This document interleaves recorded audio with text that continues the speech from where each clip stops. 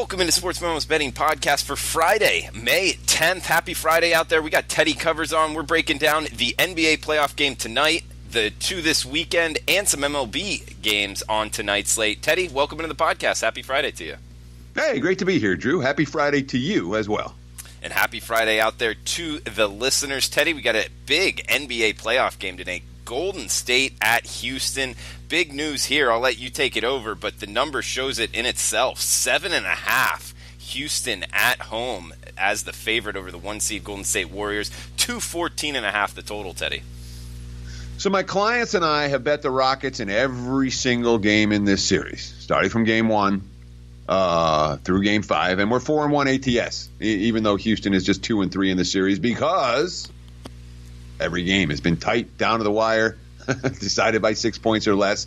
And now all of a sudden, here the Rockets laying 7.5 for game 6 at home, coming off a loss in which they had their chances to take control of the series and just didn't execute down the stretch. And that's been a problem for Houston throughout the course of certainly not, let's say the postseason, because it wasn't an issue in the first round against Utah. It's been an issue here against Golden State. There's a reason that the Rockets are 4-1 ATS, but only 2-3 in the series, and that's because the late game execution hasn't been there, particularly on the offensive end. And that was certainly the case in game number 5, even though they did get the money. But now we're talking about Kevin Durant, and every armchair amateur bettor is talking about, oh my God, the Golden State was laying -1 in game 4 on this floor 4 days ago. And now Houston 7.5. Kevin Durant can't be worth 8.5 points. Kevin Durant isn't worth 8.5 points. It's the situation that's different now than it was going in to game 3 and game 4. Remember, going into game 4, a game where the Warriors closed -1 at Houston, was Golden State coming off a loss. This time, it's Houston coming off a loss. And the markets are reacting to that. It's obviously Houston coming off a loss without Durant, but situationally, this one feels very different than game 4. Is it different enough to warrant an 8.5 point move? Is it different enough to warrant laying 7 or 7.5 with Houston in a series where every game has been tight down to the wire, nothing been decided by 6 or more? Not for this bettor, it's not. That being said, to knee-jerk to Golden State, let's not underestimate how worn down this Warrior team is. All right, a team that's been in the finals last year, a team that's been in the finals before, and never has Steve Kerr had to use this. 4 straight years. Warriors in the finals, obviously 3 titles prior to this season. So we're talking about a lot of extra minutes on a lot of extra legs. We're talking about a bench that hasn't really done anything. And we're talking about a group of veteran starters who are way higher minute counts than they've had in any of these postseason runs. The markets are reacting to that. This 1 day on, 1 day off, 1 day on, 1 day off is not necessarily in Golden State's favor. That's why we're seeing the number as high as it is. Like I said, I played the Rockets in each of the first 5 games. I did not play the Rockets tonight. We've seen a lot of money come on the over for tonight's ball game. 210 at the opener in some spots. 212 was the prevailing market opener. Now it's 214.5. We saw the pace slow in game 5. We saw the defensive acumen there, and boy, we're talking a lot of tired legs tonight. You're not going to catch me betting this game over the total. If I was going to get involved in game 6, I'd be looking at the under. But it is worth noting, I played Houston in every game, 5 straight. I'm not playing the Rockets tonight, minus the points, even though if I had to make a wager, that'd be the way it would look on the side. I don't want Golden State in this one. Good stuff there, Teddy. And guys, we're talking with Teddy Covers at Teddy_Covers.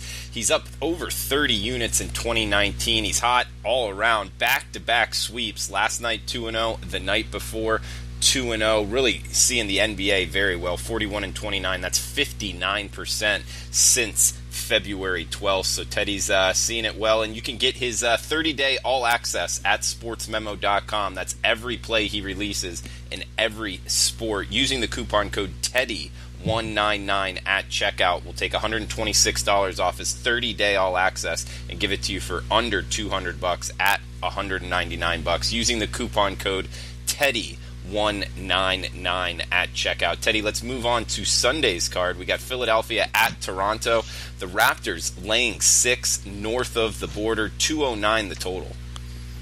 So I was not surprised by what we saw last night with Philadelphia just smacking Toronto and playing every bit as good as they did play bad in Game 5. Unfortunately, I had a big ticket in Game 5, and that was as wrong as it could be. And I liked Philly last night. I didn't make it a big ticket play. And, of course, last night was easy as it gets. That being said, at least the guys got some of their money back from the bad loss for Philly in Game 5. And we saw Joel Embiid and Ben Simmons. And, Jimmy Butler's played great all series. But Embiid and Simmons are the two, we talk about the difference between Philly when those two guys play well versus when they don't. That's the difference between Game 6 and Game 5. Simmons came out and set the tone. Embiid was a plus 40 in a game they won by 11. And his offensive numbers weren't huge, but the defensive glass, he got all the rebounds. He prevented Toronto from getting the second chance points. The block shots, the low post presence, and the team energy that Embiid brings to the table, it's meaningful. Same story with Simmons. Simmons has not had a great series. He had a pretty great Game 6 and came out from the get-go as an aggressive point guard, and that's what Philly needs. They need him to take the ball to the hole. That's his game. And when he does, the Sixers win. Now, in this series, Philly's been the better team when Embiid's been healthy. But when you look at the long-term track record of the NBA, you better have a real good reason when you're taking these road teams in Game 7. The numbers are pretty strong. I got 105 and 28 for the home team. That's 133 Game 7s in NBA history. 105 and 28 straight up for the home teams. That's pretty strong. Now, obviously, you're taking the point you have the chance to cover without winning. But, geez, in any of these games, doesn't matter what sport, you better bet on your team. You ain't taking a dog if you don't think they can win. And the track record long-term in the NBA, not good for road teams in Game 7. Toronto also the tested team when it comes to previous playoff experience and Game 7s. But Philly, again, with a healthy Embiid, they've been the better squad. So I think you can make a legitimate case for both of these teams, for either one of these teams on Sunday. I've made a case for one. You can get that play right now at sportsmemo.com. Teddy, good breakdown. And before we get to the last game here in the NBA playoffs, is this the most competitive NBA season you can remember in quite some time? I don't know. No, not necessarily. There's still a handful of teams that are above everybody else. And it's not one of these squads, hey, there's 8 teams that are alive to win this title. No. I know there's now 7 teams still standing, but at no point this season have we looked and said, yeah, there's a whole bunch of teams live, like we do every year in baseball, like we do every year in the NFL, certainly in the NHL. Any team that makes the playoffs is live to win it all. NBA is not like that. Yeah, no doubt. I'm not disagreeing with you there. It's just this year seems like it's taken a step there, especially, due to like Durant. The Durant injury, I think, opens it up even more. Where, in my opinion, if I had to pick a team, I'd pick the Milwaukee Bucks to win it. Me and you both. But there's nobody gains more from everyone going to 7-game series than Milwaukee. No one gains more from the Kevin Durant injury than Milwaukee. Maybe you say Houston might. But Houston still got to win the series and then move on beyond there. The Bucks are at home right now watching all the other teams battle it out in these tough, competitive, physical series. No question advantage Milwaukee. But I was looking, as soon as Durant got hurt, I'm like, I want a Bucks future.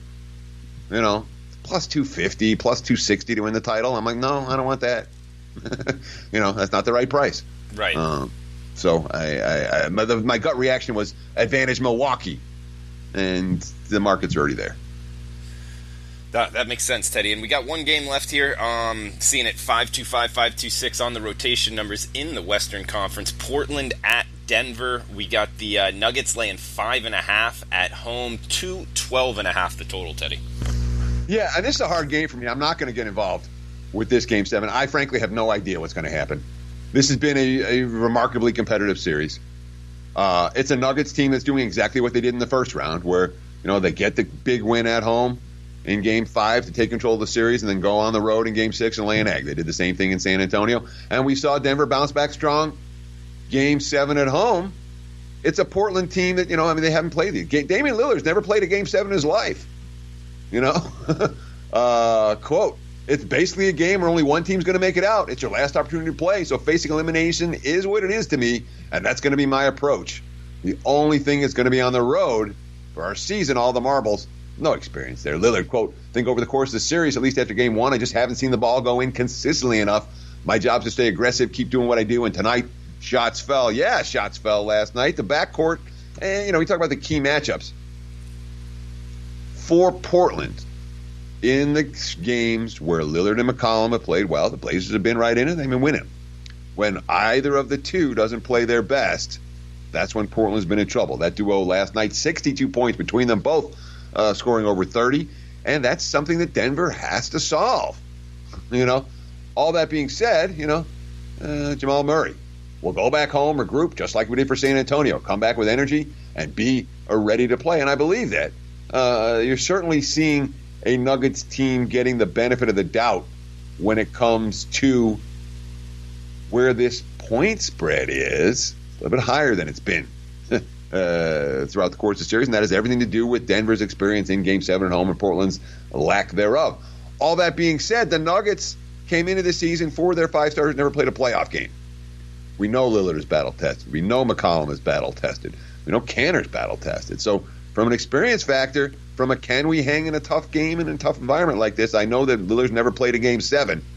But from a can this team hang tough on the road in the playoffs, we believe in Portland a little bit more than we believed in San Antonio. I had the Nuggets in Game 7 against the Spurs. I'm not likely to have the Nuggets in Game 7 against Portland. Certainly not at the prevailing current price of 5.5. 3.5 maybe. 5.5, that's the one that I'm likely to be sitting on the sidelines for. Teddy covers hitting 59% in the NBA since February 12th. All sports for 2019, up over 30 units. So good stuff here from Teddy. You can get the rest of his NBA and the next 30 days of his MLB with that 30-day all access at sportsmemo.com for just $199 using the coupon code TEDDY199 this weekend. Teddy, let's move on to the MLB boards tonight for Friday night's action. We got 7:10 Eastern, 4:10 Pacific here, 593, 594, the rotation numbers.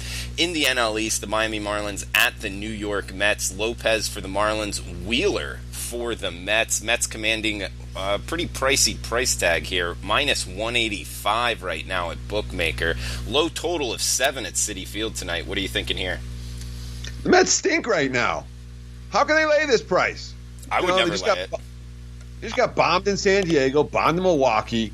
They lost 5 or 6 in the road trip. They're 4-10 their last 14. It's a sub-500 squad. They're not hitting.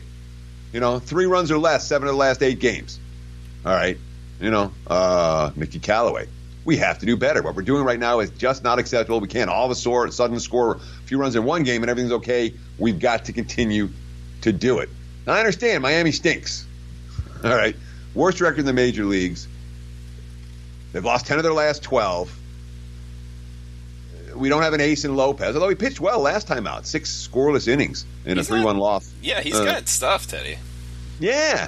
And I know that Wheeler's good and all that. The starting pitching matchups. Wheeler.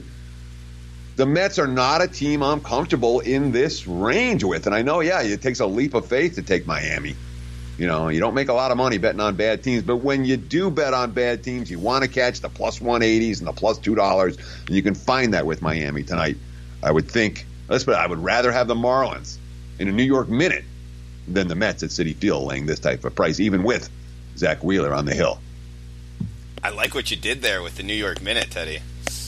All right, we got 8:40 Eastern, 5:40 Pacific first pitch here. San Diego at Colorado. Marquez on the hill for the Rockies, commanding a minus 170 price tag here. Total of 10. This one, Colorado is at home there, so seeing the double-digit total. Interesting one here in the NL West, Teddy. What are you thinking? Well, my gut reaction was, my God, the Padres. They're live dogs here. Look at this big plus price on San Diego. San Diego's got the better record. They've got the better road record compared to the Rockies' home record. They've been winning on the highway all season. When we think about where these two teams are going to be at the end of the year, I don't think Colorado's, they're a sub-500 squad. 500 and things go well. I don't think anything is fraudulent about the Rockies' slow start, and I think the Padres are going to be there. So you put all these factors, you say, my God, look at this number. Well, the problem, of course, is the starting pitching matchup. Marquez has been real, and his last couple starts haven't been as good, but he's one guy who we trust in the air of Colorado. Why? He gets the ground ball outs, and keep the ball down. It works in your favor. Although, again, his last 3 starts, he's been hit fairly hard. The ground ball rate's still there. And the Rockies have been winning for Marquez pretty consistently. All that being, I'm like Lauer, we like the lefties. We like the young lefties their first couple times around the league. And Lauer's a guy that has shown signs for San Diego of being bet on hurler. But anytime I'm taking a young pitcher at Coors, first I want to look at that track record. If he's been there before, I know Lauer did have 1 start at Coors last year. And I think it was the worst start of his career. It wasn't pretty. He lasted. He made it through the 3rd inning, 7 runs, 4 walks, 74 pitches, and they were on the wrong end of an 8-0 loss in that ball game. Now, Lauer's certainly more experienced now. And the last time he faced the Rockies, he held them without a hit for 5 innings, but that was in San Diego. There's hope. And I can certainly see the Padres as being a live dog here, but I do worry about that track record at Coors. And, if I'm playing, I can only take San Diego, but I had the Padres on my short list today, and I have not yet pulled the trigger. Teddy, great breakdown so far. We got 2 MLB games left. Luis Castillo on the hill for Cincinnati. But before we get to this game, is it cool to ask you kind of an off-topic question? Real quick. So you asked me an off-topic question last week about, and we had to talk about wiggle room for the. I know it wasn't an off-topic question, but it wasn't something we talked about. We ended up talking about wiggle room and the point spread for the markets in the Rockets and the Warriors, and I was saying there wasn't that much wiggle room. And 5 minutes after we recorded, there was a huge move on Golden State, and it went to -1. And I got 3 different texts from people listening to the pod and said, "What are you talking about? There's no wiggle room." So I ended up looking like a clown for the people that are my buddies that listen to the podcast. So, yeah, sure, ask me some more off-topic questions. No, I know. People have hit me up on Twitter saying they say ask all kinds of questions with Teddy. So no, that's fine. Ask me whatever you want, man. Yeah, and this is more of an opinion. I mean, I guess there could be a right or wrong answer. But some guy, there was a guy named Daniel on Twitter coming at me because, I'll just ask you the question, see what you say. In the last 30 years, not this Luis Castillo, the second baseman Luis Castillo, how many second basemen would you put in front of him that were better second basemen than him in the last 30 years? Oh, that's a terrible question to ask me. I don't know. Would you I say have absolutely no idea. Top 10 second baseman? I couldn't even, to process that question. I could answer the question, but it's not anything I can do off the cuff. I have to think about all the second basemen for the last 30 years. Okay, that's a terrible question then. And it's not a terrible question. It's just a question that's really hard to ask me off the cuff because I honestly don't know. It's an and we appreciate the questions on Twitter. We appreciate all the comments on Twitter. Any feedback you want to give us is great, and I'll do my best to answer as many questions as you can on air or on this Wager Talk podcast or whatever we do, or videocast or videos or whatever we do. But this is one that I honestly have to think about it. I don't know. No, it was funny because I did a video with Kelly, and I said he was one of the best second basemen of my lifetime. And, I'm 34 years old, so I was – and then he came back and was like, there's 75 that are better. I'm like, no way. There's not 75 second basemen better. He's closer to number 1 than 75, Teddy. But – yeah, okay. I believe you. I don't know. Multiple Gold Gloves, 35-game hit streak. That's the longest in MLB history from any foreign-born player. I don't know. I had two World Series rings. I thought he was pretty good. But anyway, we'll move on to the stuff that really matters for tonight, Teddy. Sorry for that last 90 seconds. That's fine. But we can't bet on that, though. Exactly. That's why I probably spent too much time on that topic. So we got Cincinnati at San Francisco here. Luis Castillo, the pitcher, who we can bet on tonight and has made some money. One of, if not the lowest ERA in MLB, under 2 right now, under 1 whip as well. Minus 144 right now, seeing Cincinnati favored on the road. Rodriguez pitching for San Francisco. Total of 7 or 7.5, depending where you're shopping, Teddy. I like the Reds tonight. I don't know. How are you betting this one? I know this, okay? I mean, this is for Savransky handicapping 101, is you don't lay prices with bad teams even when they're aces on the hill. And here's the Reds.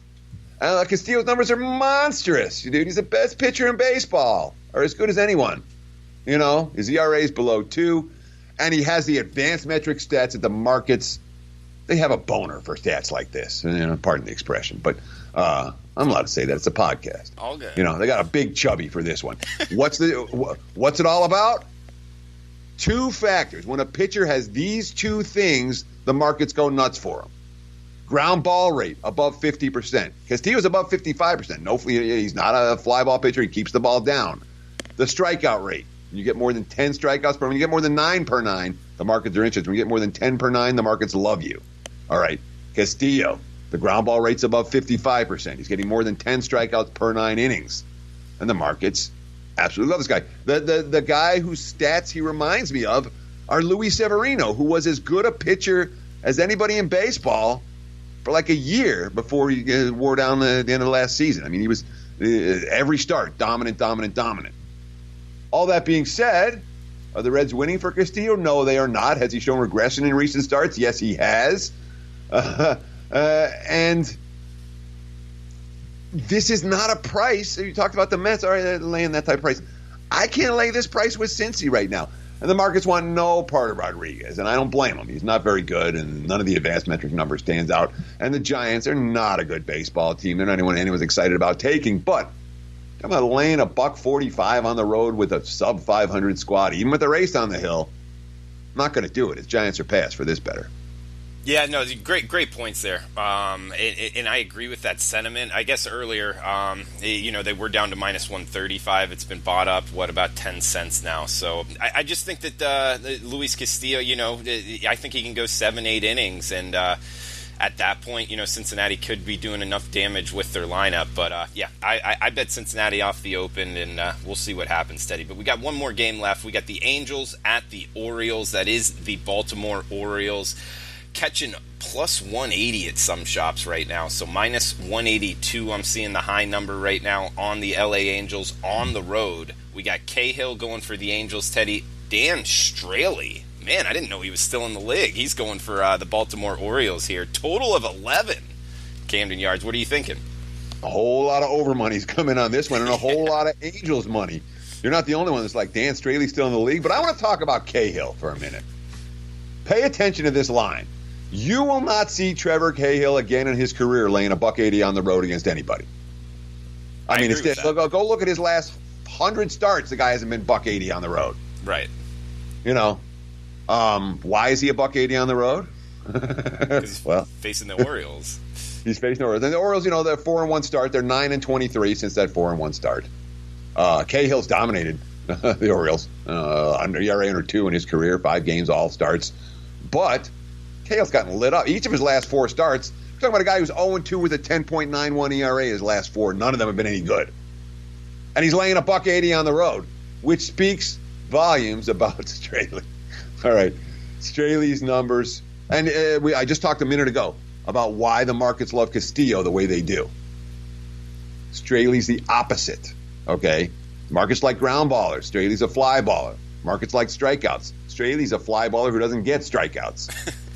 Okay, literally. I mean, he's striking out like 3 batters every 9 innings. The advanced metrics for Straley are as ugly as it gets. Now, Baltimore's coming off a game in which they struck out 22 times. They had a day off to recuperate. But L.A. coming off a game and they won 13-0, and they got Ohtani back in the lineup, and he's hitting 2 hits yesterday. So I can understand the support for the Angels here. But, honestly, this is the type of game, if I'm playing L.A., I'm laying a 1.5. And I understand that it reduces your win probability, but it maximizes your ROI, and it prevents you from losing 180 if we see the scenario of Trevor Cahill getting blown up, which is very possible. And it's the away team, so if you're going to lay a run and a half, do it with the away team, not with the home team, so you stay away from the 9 to 8 at-bats. Man, you're talking about Straley's stats there as far as a fly ball pitcher that doesn't strike anybody out. That's a terrible combination to be pitching in Camden Yards, Teddy. Hence all the money on the over. Why aren't they thinking of this in the front office, though? Baltimore's front office is as dysfunctional as any in baseball. It's the last starter on the last place of, hey, we need someone to get us some outs as a fifth starter. Hey, we can get this guy for nothing. Right. That's what Straley is. Yeah, no, that makes a lot of sense, Teddy. And, man, good stuff. Great breakdown of the NBA and in MLB for tonight, guys. Teddy has been great in the NBA. He's been great in every sport, up 30 units since January 1st, 2019 on all releases. In the NBA since February 12th, 59%. And don't forget about his NFL success over the last 4 years. 178, 128, 58% in the NFL for four years. That not a lot of people posting that kind of resume in the NFL. You can get his NFL up as well at sportsmemo.com. And guys, remember the coupon code TEDDY199 at checkout for his 30-day all access for just $199. Great deal there at sportsmemo.com. Thanks for tuning in. Best of luck with your bets tonight. Have a fun, safe weekend, and we'll talk to you on Monday.